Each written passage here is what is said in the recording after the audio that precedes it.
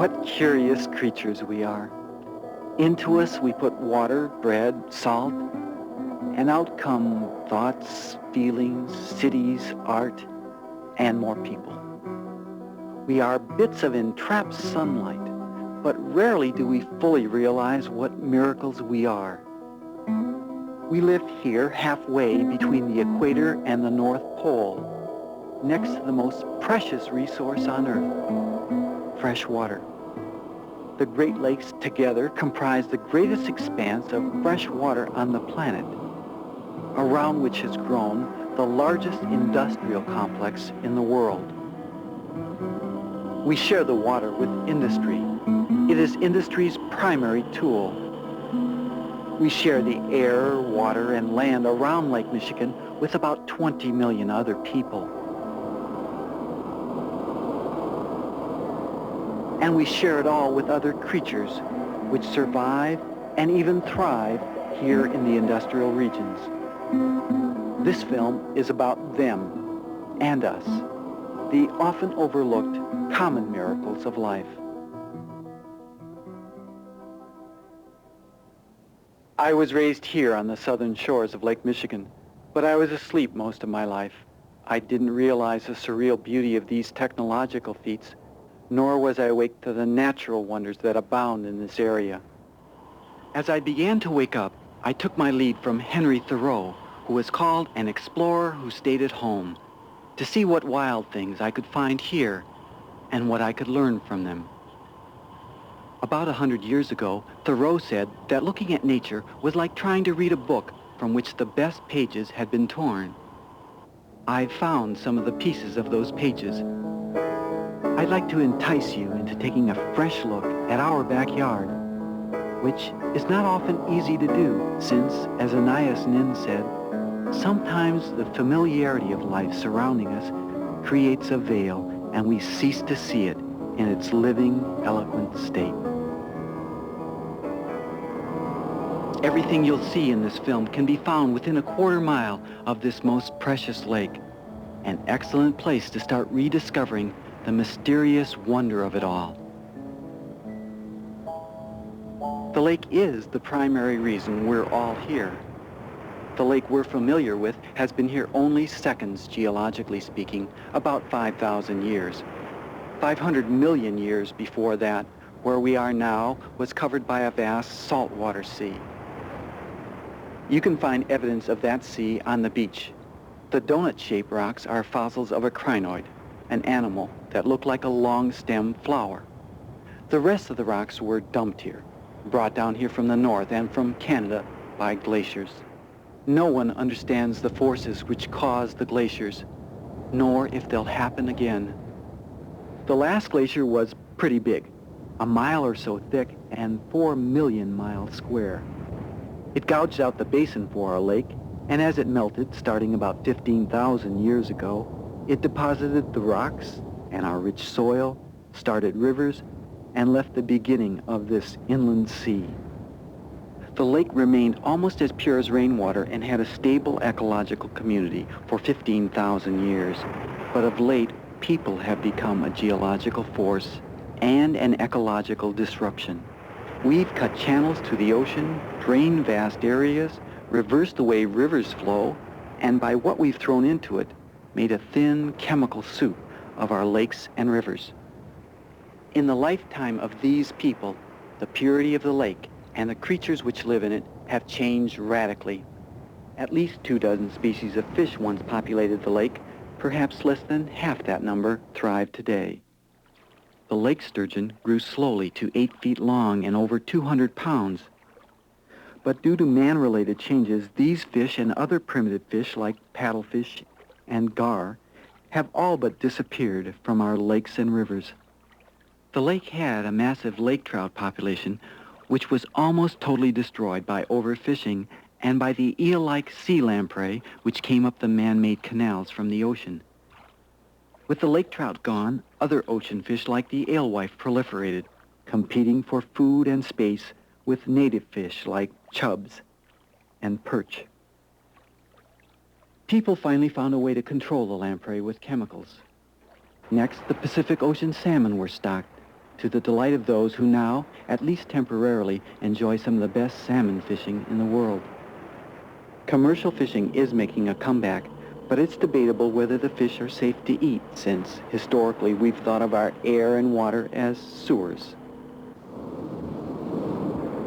The lake is fragile, a solution into which we've poured our problems. It's alive and resilient. It can recover slowly, but only if we change the way we think about it. The lake, rivers, and winds cooperate to build these sand dunes. These dunes are magnificent remnants. Most of the dunes on the southern shores of Lake Michigan have been hauled away for Chicago streets, steel mills, Jackson Park, Northwestern University. But some people saw the wonder of what is here and have been working for decades to save what we have left. I'm thrilled that some dunes remain, for they've become my teachers. Here in the dunes, I can watch geology happening before my eyes. In winter, especially during a storm, I can watch the dunes move. This huge dune is moving inland, 4 feet per year, burying trees on the lee side and uncovering trees on the windward side. Thousands of tons of sand and snow are sometimes shifted in a few hours. Carl Sandburg called the dunes the Grand Canyon of the Midwest, and I'm learning why. It's a place of geological and ecological wonder. Food for the soul.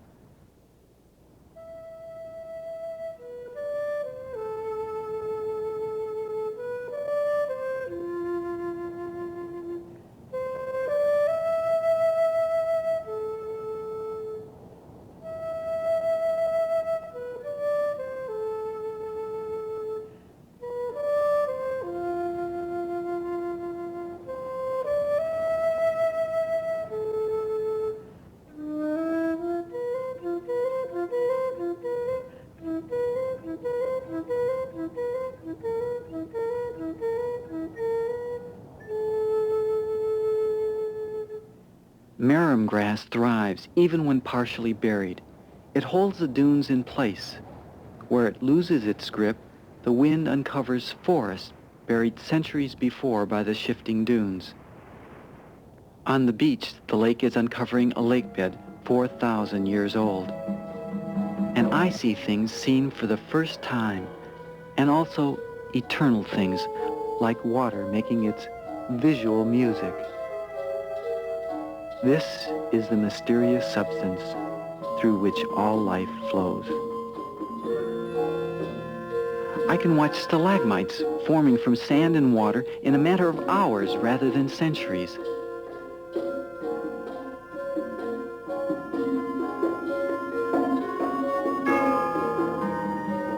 In this miniature geological wonderland, water meanders and branches as it does in rivers, in plants, in trees, and in our bodies. The stream flows within us.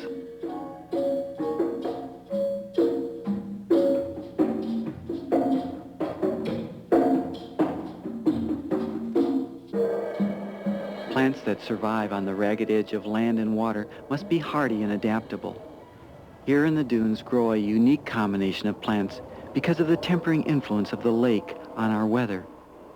Plants common to the desert can survive, like the yucca, and near it grows the Arctic bearberry, and next to it is the prickly pear cactus, which in June makes a translucent blossom out of dirt, water, and light. I began to realize that the dunes are more than just a place on the map. It's a living community, a family to which we are connected. This is our family, the family of life, and it's a big family. There are about 700 species of plants which grow wild in our urban areas, like this butterfly weed, the delicate red jewel, the columbine, and the marsh rose,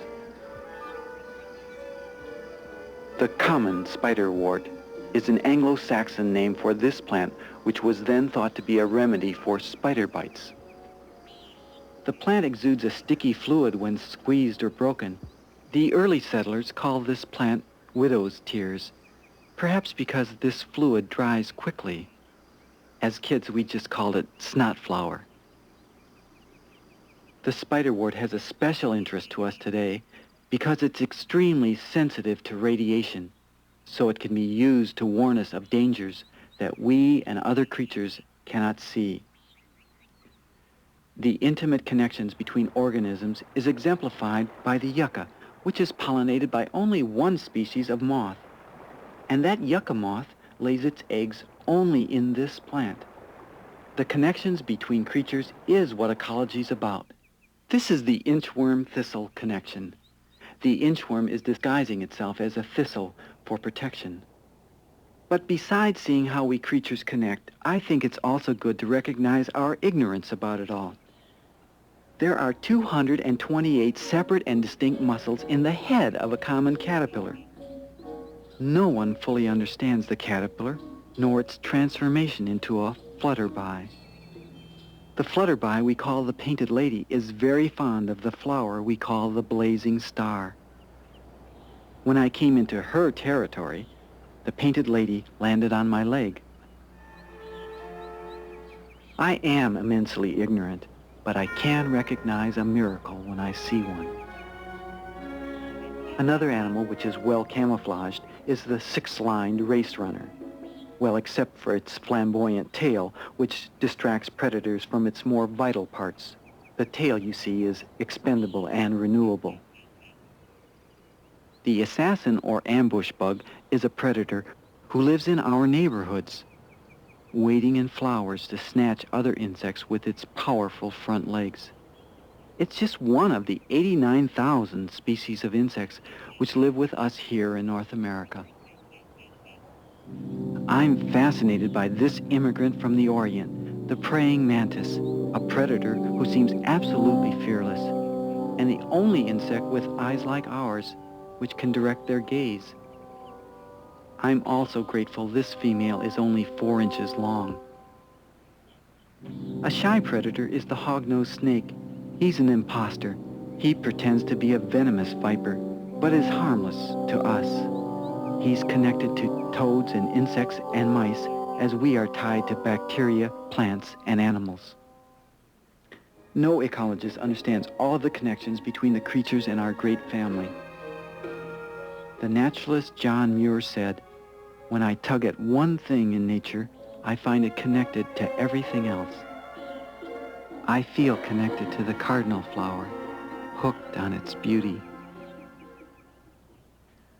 This dune area was filled with flowers, such as this bouquet called the puccoon. I've learned to love this community of creatures much more than I loved no-return bottles and trash. I was saddened and angered to see this dune area stripped away to make glass, which we then throw away by destroying more land, which we call a landfill. I hope that if we see the connection between what we waste and what life we kill, we could at least make a choice. Without seeing these connections, we trade life in 1,000 forms for convenience. In these dune areas, before they were mined away, were apartment complexes built by birds we call bank swallows. Now they are gone. However, some birds have adapted to city life. You can easily see these little cigar-shaped chimney swifts streaking through the city streets, catching insects. These winged bullets are as at home in our chimneys in the summer as they are in the Amazon forest where they winter. These are called barn swallows because they nest in old barns. But they've also learned to live under bridges. They seem to be packages of pure energy that rarely sit still. With tiny mouthfuls of mud, they build nests on the girders. They fly tirelessly, deftly catching mosquitoes on the wing, and sing their way through the spaces. 4 red-headed woodpeckers are drumming to settle an argument over who has temporary right over which old tree. They never physically fight. They use their heads both to settle their arguments and to build homes which exactly fit their needs. This bird kind of intelligent life has lasted 150 million years. The killdeer lives near natural ponds, but it can also be found in the slag heaps of steel mills. Generally, when a creature's habitat is destroyed, the creature is too.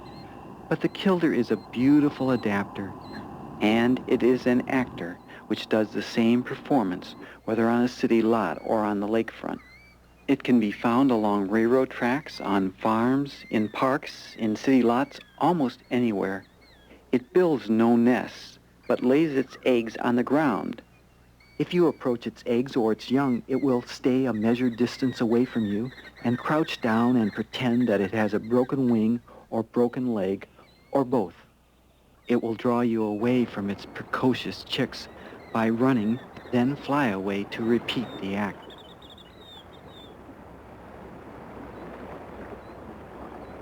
The chicks can run and feed themselves in a matter of a couple hours after hatching, and in contrast to the noisy adults, remain absolutely silent.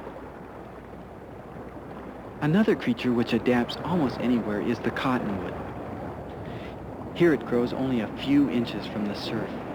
Its seeds begin to germinate in 4 hours, so it's able to take root where no other plant could. When the wind kicks up, as it will on Lake Michigan, the cottonwood is still there. Dear life, hanging on. The wind threatens and destroys some creatures, but the cottonwood persists. It even can stand being partially buried, which makes it able to be the first tree to hold the dunes in place. The cottonwood is generally not considered to be as majestic as the redwood or oak. It's too common in our cities even to be noticed. Like people, it can survive in environments which are not friendly to life. The cottonwood can initiate roots in the most inhospitable places. Here it grows in the cracks of old squared trees, making more life out of water, light, and soot.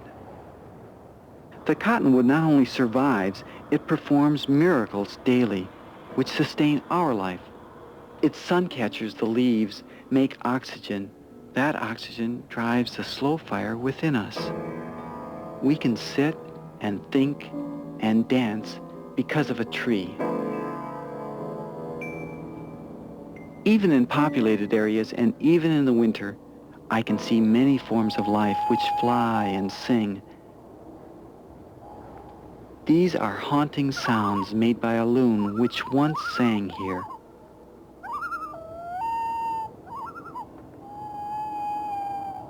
I was thrilled to see this graceful loon, now relatively rare here, just passing through, migrating in response to the changing sunlight of the year. Birds respond to light with hormonal changes, which leads to behavioral changes, like these courtship rituals of the red-breasted merganser. This peculiar posturing is mysterious, but it's fun to watch as two males posture and then have a battle over a female.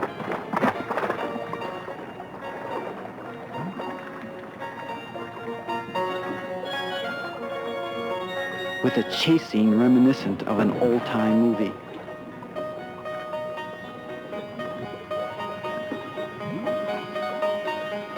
This is life playing hide and seek with itself, one brother chasing another in a dance of almost perfect timing. When one disappears, the other appears.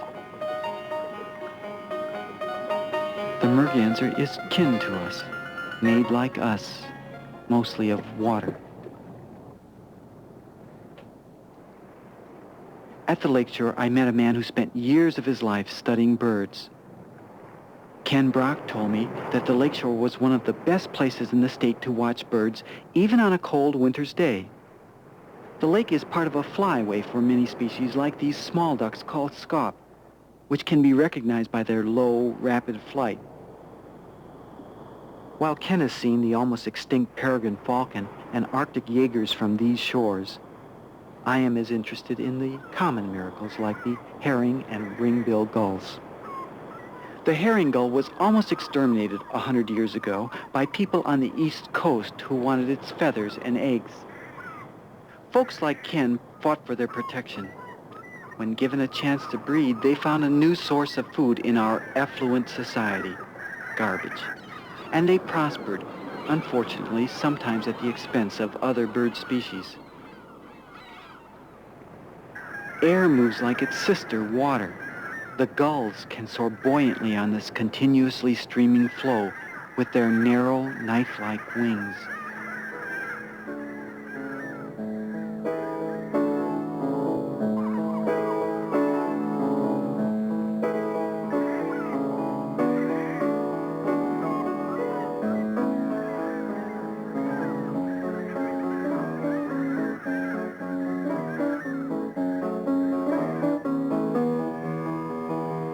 Through evolution, these relatives to the dinosaurs have been set free by life to glide and soar and maybe celebrate. I wonder sometimes if they're just having fun. These creatures Ken spotted are called goldeneye, bufflehead, and scaup. All of these are referred to as diving ducks for obvious reasons. As the weather gets more robust, I get the treat of watching the two sisters, wind and water, do their spectacular dance. I don't consider this bad weather anymore.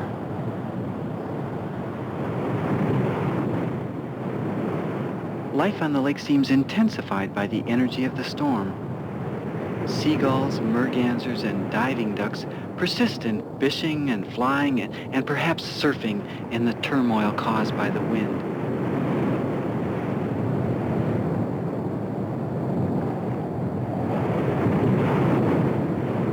A tern flies overhead. Some terns make migrations of 22,000 miles each year without a road map, which impresses me since I get lost in parking lots. John Muir was known to climb trees during a mountain storm so as to get the storm's full effect. The chilling, invigorating joy of a winter storm here seems to cleanse my spirit, a healthy sort of baptism.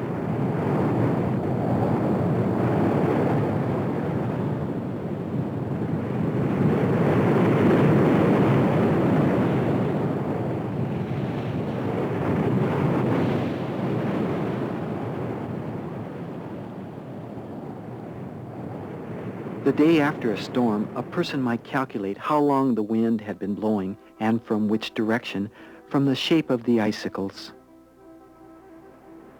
This kind of calculating is of less interest to me than sensing what life has to teach. The timeless wisdom of life can be seen on the shore. The limestone blocks which temporarily prevent the lake from reclaiming the lands of industry came from our local quarries. The limestone is the fossil remains of the creatures from that great saltwater sea of 500 million years ago. Life has persisted this much time and much, much longer. The stubborn, resilient cottonwood grows among these tons of ancient memories. Life seems frozen now. Like us, it is entrapped sunlight. The light with which I took these pictures was only 8 minutes ago hydrogen atoms on the surface of the sun. The water, bound by the cold, mirrors the light into my lens and into our lens, the window of our mind through which we see only a tiny fraction of the energy around us. Our brain edits the world so we are not overwhelmed by it all. So we must live by illusions. That life here is dead, static, frozen, is an illusion. But through these endless cyclings of ice and sun, we can peek at eternity.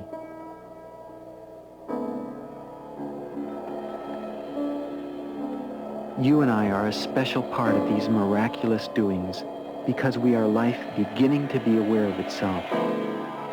the only part of life that we know of that can appreciate it all.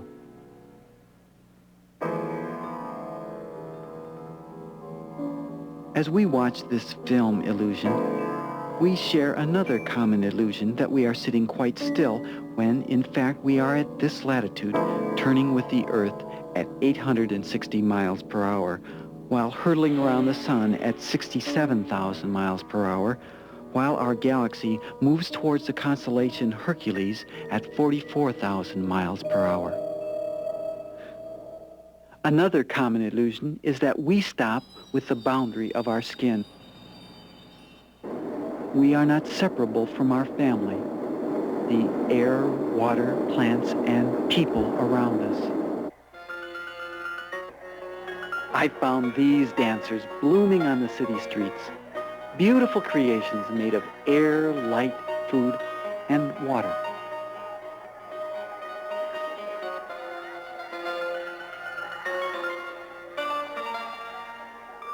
As far as I can tell, there is only one life on Earth, and sometimes it says insects or ducks or ice or us.